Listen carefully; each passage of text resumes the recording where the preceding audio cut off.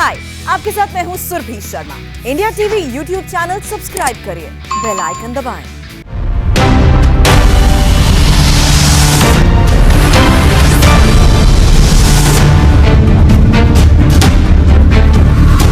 नमस्कार, आपके साथ मैं हूं सुरभि शर्मा। शुरू कर रहे हैं इलेक्शन का सबसे बड़ा शो, अब की बार किसकी सरकार। हम आपको बताएंगे यूपी और पंजाब की हर वो चुनावी खबर जिसका कनेक्शन 2022 के इलेक्शन से है। शुरुआत आज की 3 बड़ी खबरों के साथ करते हैं, क्योंकि इलेक्शन शो की आज की सबसे पहली बड़ी खबर है उत्तर प्रदेश से। तो यूपी से सबसे बड़ी खबर, और गोमती रिवर फ्रंट घोटाले पर बहुत बड़ा एक्शन लिया गया है। सीबीआई ने यूपी, राजस्थान, बंगाल में कई जगह छापे डाले हैं। अब सवाल अखिलेश सरकार पर उठे हैं। सीबीआई के इस एक्शन पर यूपी चुनाव के कनेक्शन का आरोप लग रहा है, और क्या है पूरी डिटेल आपको मैं बताऊंगी। दूसरी बड़ी खबर भी यूपी से है। 2022 की लड़ाई से पहले ही खुल्लम खुल्ला मुस्लिम शुरू हो गया है, और संघ प्रमुख मोहन भागवत के बयान के बाद मुसलमान खतरे में है, गैंग बेनकाब हो गया है। पूरी डिटेल होगी आपके सामने। तीसरी बड़ी खबर पंजाब से, कल कैप्टन दिल्ली आ रहे हैं। सोनिया गांधी ने बुलावा भेजा है। कैप्टन और सोनिया की मीटिंग से क्या खत्म हो जाएगी सिद्धू की सेटिंग? पूरी खबर अब से थोड़ी देर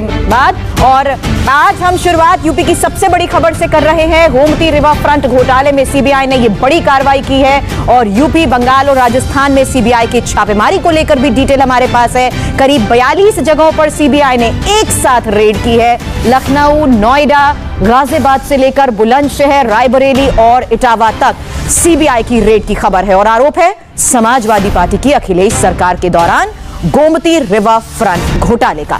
अखिलेश यादव के करीबी इंजीनियर्स और ठेकेदारों के घर पर भी छापेमारी की गई है। कई के घर और दफ्तर को भी सीज किया जा चुका है। 2022 विधानसभा चुनाव से पहले गोमती रिवर फ्रंट घोटाले पर सीबीआई की रेड बड़ा सियासी मुद्दा बन गई है। दरअसल पूरा मसला रेड की टाइमिंग को लेकर है। अब समाजवादी पार्टी इस रेड को बीजेपी की चुनावी रेड बता रही है, तो बीजेपी को अखिलेश को घेरने का बड़ा हथियार मिल गया है। बता दें कि मोदी से लेकर योगी तक भ्रष्टाचार पर जीरो टॉलरेंस की बात करते आए हैं, और योगी भी लगातार करप्शन के खिलाफ एक्शन मोड में है। योगी का चुनावी वायदा भी करप्शन पर एक्शन को लेकर रहा है। ऐसे में चुनाव के वक्त बीजेपी रिवर फ्रंट घोटाले को जनता के बीच जरूर ले जाएगी। अब जरा यह भी जान लीजिए कि रिवर फ्रंट घोटाला आखिर है क्या। अब लखनऊ में गोमती रिवर फ्रंट के लिए सपा सरकार ने 1513 करोड़ स्वीकृति की थी। इसमें से 1437 करोड़ रुपए जारी होने के बाद भी 60% काम ही हुआ है। 95% बजट जारी होने के बाद भी 40% काम अधूरा है।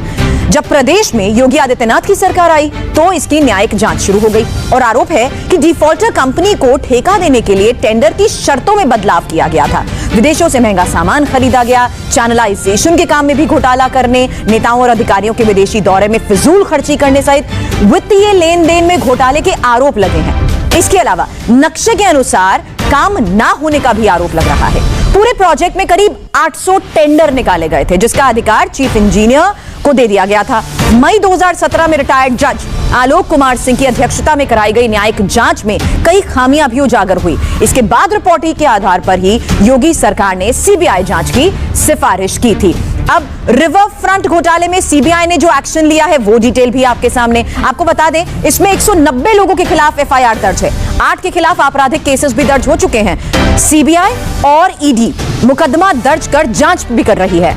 इसमें तत्कालीन चीफ इंजीनियर गोलेश चंद्र गर्ग और एसएन शर्मा, काजिम अली, शिवमंगल सिंह, कमलेश्वर सिंह, रूप सिंह यादव, सुरेंद्र यादव शामिल हैं। ये सभी सिंचाई विभाग के इंजीनियर्स हैं, जिन पर जांच भी चल रही है, और आरोप है कि इन सभी की अखिलेश सरकार में ऊपर तक पैठ थी। लेकिन जिस वक्त ये खबर आई है उसकी टाइमिंग को लेकर अब सवाल उठ रहे हैं। और इससे पहले बंगाल चुनाव की अगर हम बात करें तो बंगाल चुनाव में सीबीआई पर आरोप लग चुके हैं। समाजवादी पार्टी ने भी बीजेपी पर अब सीबीआई का यूज करने का आरोप लगा दिया है। समाजवादी पार्टी के बयान को सुनिए, उससे पहले आपको हम टाइमिंग को लेकर उठ रहे सवाल का सियासी मतलब समझा देते हैं। क्योंकि बंगाल चुनाव से पहले सीबीआई ने वहां के मामलों में जांच तेज कर दी थी, और पश्चिम बंगाल में विधानसभा चुनाव से पहले सीबीआई ने एक साथ कई घोटाले के मामले में कार्रवाई को तेज किया था। अब सीबीआई ने शारदा चिटफंड घोटाले, साथ ही नारदा स्टिंग केस, कोयला घोटाले की जांच के सिलसिले में भी सीबीआई ने टीएमसी के कई नेताओं पर शिकंजा कसा था। चुनाव खत्म हो चुका है और जांच भी कमजोर पड़ गई है। इसलिए समाजवादी पार्टी ने बीजेपी पर आरोप लगाया है कि बीजेपी चुनाव से पहले सीबीआई और ईडी का इस्तेमाल कर रही है। समाजवादी पार्टी के प्रवक्ता उदयवीर सिंह से हमने बात की, सुनिए क्या कहा।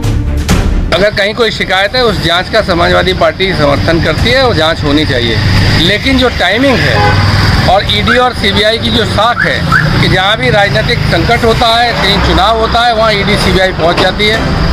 इस तरीके से इन संस्थाओं का दुरुपयोग नहीं होना चाहिए। और आप अगर देखेंगी, राजस्थान में जब राजनीतिक संकट हुआ तो अशोक गहलोत के यहाँ सीबीआई पहुँची, आंध्र प्रदेश की सरकार को लेकर संकट हुआ तो सीबीआई और ईडी पहुँच गए।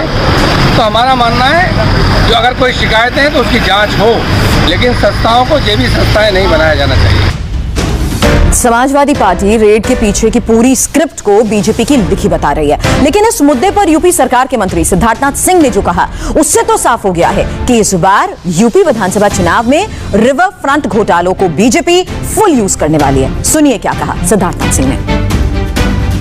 इसका तो इन्वेस्टिगेशन हो रहा है और इन्वेस्टिगेशन राज्य सरकार के माध्यम से नहीं, मगर केंद्र सरकार की एजेंसी है, ऑटोनोमस एजेंसी है सीबीआई, वो कर रही है। और उसके अंदर जो खुलासा हो रहा है, जिस प्रकार से छापे मारे जा रहे हैं, और खाली उत्तर प्रदेश नहीं, 7 जगह मारे जा रहे हैं, 7 राज्यों में मारे जा रहे हैं, तो दिखता है कि समाजवादी पार्टी का चाल चरित्र और चेहरा क्या रहा है 5 साल के शासनकाल में, और वही चीख चीख के चिल्ला रहा है कि देखो हमने कितना बड़ा गोमती रिवर फ्रंट का घोटाला किया। आप लोगों ने जांच कराई थी शुरुआती, तो किस किस तरह के घोटाले आप लोग को मिले थे कि मामला सीबीआई को देना पड़ा? नहीं, इसके अंदर जो हम लोगों ने जांच करी थी एसआईटी के माध्यम से, उसके अंदर जो चीजें जो सामने आई उसमें ये जरूर दिख रहा था कि जिस प्रकार का घोटाला है वो खाली राज्य तक की सीमित नहीं है, इसके जो तार हैं और कहीं भी जुड़ रहे हैं, क्योंकि वही साफ दिख रहा है कि आज जब छापे मारे जा रहे हैं तो 7 राज्यों के अंदर और भी जगह मारा जा रहा है। तो ये इसलिए कोई ना कोई एक केंद्र की एजेंसी हो सकती है जो ऑटोनोमस होती है, वो इतने बड़े पैमाने पर जब घोटाला होता है तो उस पर फिर वो जांच करती है।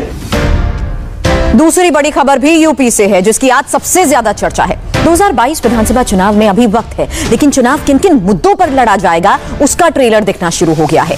कल संघ प्रमुख ने हिंदू मुसलमान भाईचारे पर बहुत बड़ी बात कही, लेकिन उनका यही बयान बड़ा पॉलिटिकल मुद्दा बन गया है। मोहन भागवत ने हिंदू मुस्लिम भाईचारे की बात कही थी, लेकिन ये बात मुस्लिम वोट बैंक की सियासत तक पहुंच गई है।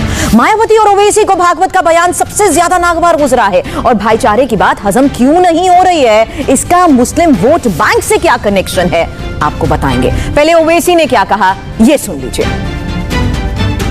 कौन सी दुनिया में मोहन भागवत हैं? वो क्यों आंखों में धूल झोंक रहे हैं देश की जनता की? सर ये बयान तो अच्छा है ना कि सारे क्या अच्छा है, क्या अच्छा है उसमें? आप देखिए, ये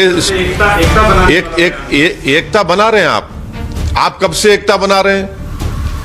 आप तो 90 साल से आप ही का तो ये सब, चाहे वो गोलवालकर का बंच ऑफ थॉट्स हो, या वी और नेशनहुड हो, या फिर दीनदयाल उपाध्याय की किताब हो, इन तमाम, या फिर आप सावरकर की हिंदुत्व की किताब हो, यही तो इन्हीं के नक्शे कदम पर आप चल रहे हैं। और इन किताबों में क्या ये एकता की बात की गई? क्या इन किताबों में यूनिटी एंड डाइवर्सिटी की बात की गई?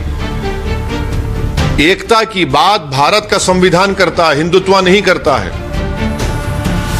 असदुद्दीन ओवैसी परेशान क्यों हैं? वो इसलिए परेशान है कि उनकी पूरी राजनीति मुस्लिम वोट पर ही टिकी है, और अगर हिंदू मुस्लिम भाईचारा मजबूत होता है तो उनकी राजनीति का क्या होगा? सिर्फ ओवैसी ही नहीं, मायावती भी मुस्लिम वोट बैंक को लेकर अब बड़ी फिक्रमंद है। भागवत के बयान पर उन्हें भी यकीन नहीं है, सुनिए क्या कहा।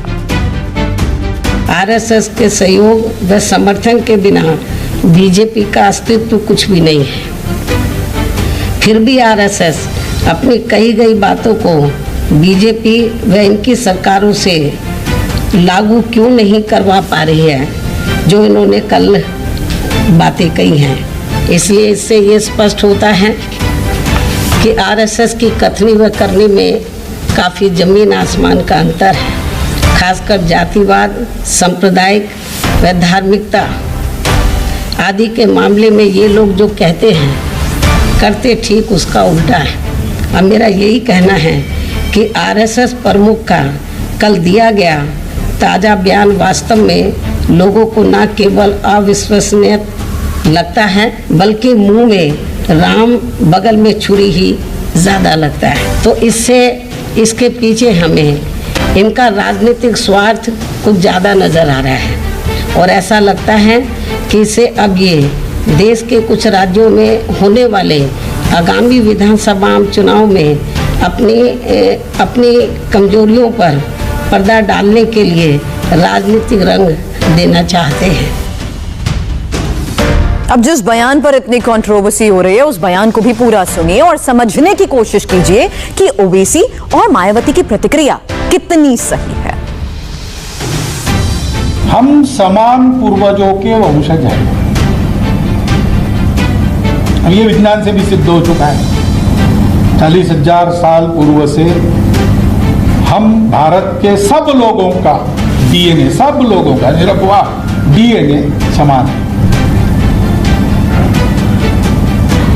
इस आधार पर आरूढ़ होकर हम जब विचार करते हैं तो मन में अपनापन आता ही है।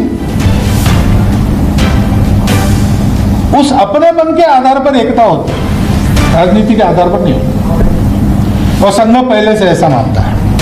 हिंदू कहते कि यहाँ एक भी मुसलमान नहीं रहना चाहिए तो हिंदू हिंदू नहीं रहेगा। हिंदुस्तान हिंदू राष्ट्र है, गौ माता पूज्य है, लेकिन लिंचिंग करने वाले ये हिंदुत्व के खिलाफ जा रहे हैं। वो आतताई है। कानून के जरिए उनका निपटारा होना चाहिए। अब जिस मुस्लिम वोट बैंक की बात हो रही है वो यूपी की सियासत में कितना असर डालता है उसे अब आंकड़ों के जरिए हम समझाते हैं। यूपी में मुस्लिमों की संख्या 19% है जो उत्तर प्रदेश का तीसरा बड़ा वोट बैंक है। पश्चिमी यूपी की बात, यूपी में कुल 30% मुस्लिम वोट यहीं पर है।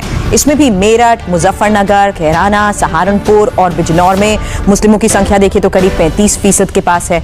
अब वो इलाके भी आपके सामने जहां पर मिशन 2022 के लिए ओवैसी समेत मुस्लिम वोट बैंक की राजनीति करने वाले सभी पार्टियों की नजर टिकी हुई है। ये उत्तर प्रदेश के वो जिले हैं जहां मुस्लिम आबादी सबसे ज्यादा है।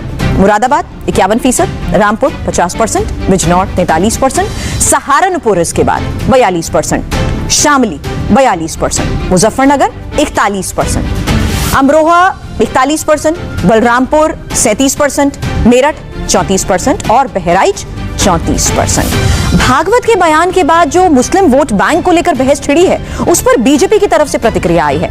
बीजेपी प्रवक्ता संबित पात्रा ने ओवैसी, मायावती समेत सभी पर बड़ी बात कह दी। जैसे जैसे ये चुनाव की प्रक्रिया आगे बढ़ेगी मुझे कहते हुए तकलीफ हो रही है, मगर आज का ये डिबेट का विषय है तो कहना ही पड़ेगा। मुसलमान वोटों के लिए यहाँ पर सभी पार्टियों के बीच में कांग्रेस पार्टी, समाजवादी पार्टी, बसपा और यहाँ AIM के प्रवक्ता बैठे हैं, इन सब के बीच में सरफुटवल होगा। क्योंकि इन सबको लगता है कि ये जो मुस्लिम वोट बैंक है, कोट अनकोट बैंक, इन पे इन्हीं तथाकथित सेक्युलर पार्टीज का ही अधिकार है। ये सबसे ज्यादा कम्युनल है और ये अपने आप को सेक्युलर कहते हैं। पंजाब के सीएम अमरिंदर सिंह कल अचानक दिल्ली में सोनिया गांधी से मिलने क्यों आ रहे हैं? कैप्टन और सिद्धू की जंग में आला कमान क्या फैसला सुनाएगा? बताएंगे 4 मिनट। आपकी बड़ी खबर यह है कि कैप्टन कल दिल्ली आ रहे हैं। साथ ही दिल्ली में कल कैप्टन सोनिया गांधी से मुलाकात करेंगे। पंजाब विवाद के बीच ये मुलाकात और इसके मायने अब जरा समझ लीजिए, क्योंकि कल कैप्टन अमरिंदर सिंह दिल्ली आ रहे हैं। बड़ी खबर यही है, दिल्ली में वो मौजूद रहेंगे लेकिन यहां होगी उनकी सोनिया गांधी से मुलाकात। तो सोनिया गांधी और कैप्टन की इस मुलाकात के मायने क्या हैं? पंजाब क्राइसिस को लेकर सोनिया गांधी और कैप्टन की ये मुलाकात में क्या सुलह का फॉर्मूला सामने आएगा? क्या सोनिया खुद कैप्टन को सुलह का फॉर्मूला देंगी? क्या इस मुलाकात के बाद ये मान लिया जाए कि कैप्टन और सिद्धू का ये विवाद अब सुलझ जाएगा? क्या कैप्टन को सिद्धू की डिमांड के बारे में भी बताया जाएगा? और क्या कल की मुलाकात में पार्टी का डिसीजन भी सामने आ सकता है? इन सभी सवालों का जवाब जानने के लिए आपको कल की मीटिंग का करना होगा इंतजार। अब बात पंजाब की ही दूसरी बड़ी खबर की, क्योंकि चुनाव से पहले ही कैप्टन को करंट पर करंट लग रहे हैं।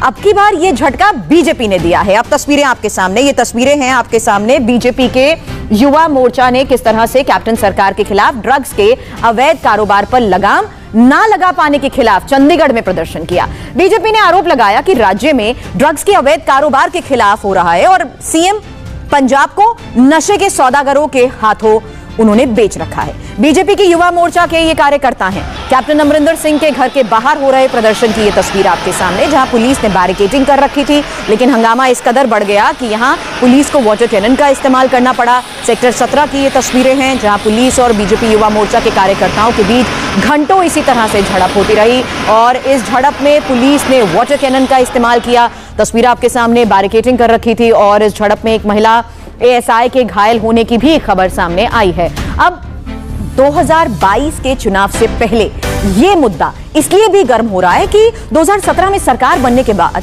कैप्टन सरकार ने ही पंजाब को नशा मुक्त करने का वादा किया था और मजीठिया के ड्रग्स कारोबार के आरोपों की जांच में तेजी लाने की बात भी कही गई थी।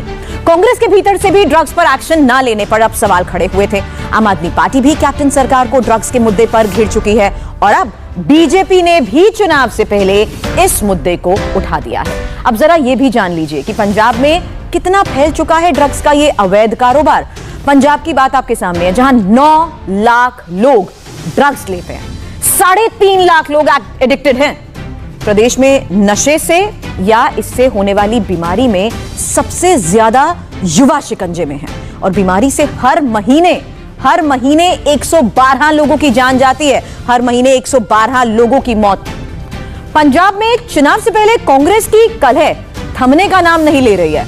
अभी तक सिद्धू ही अमरिंदर सिंह पर हमलावर थे, अब प्रताप सिंह बाजवा ने भी बिजली संकट को लेकर कैप्टन पर अटैक कर दिया है।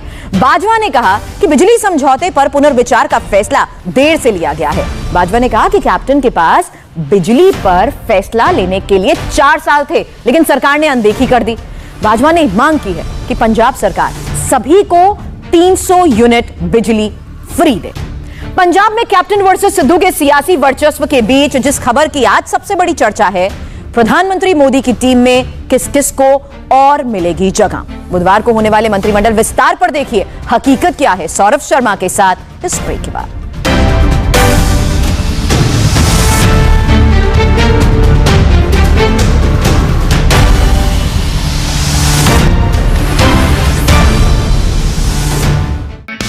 हाय, आई एम सुरभि शर्मा। खबरों से अपडेट रहने के लिए India TV YouTube channel subscribe करिए, साथ में बेल आइकन जरूर दबाएं। जुड़े रहें इंडिया टीवी के साथ।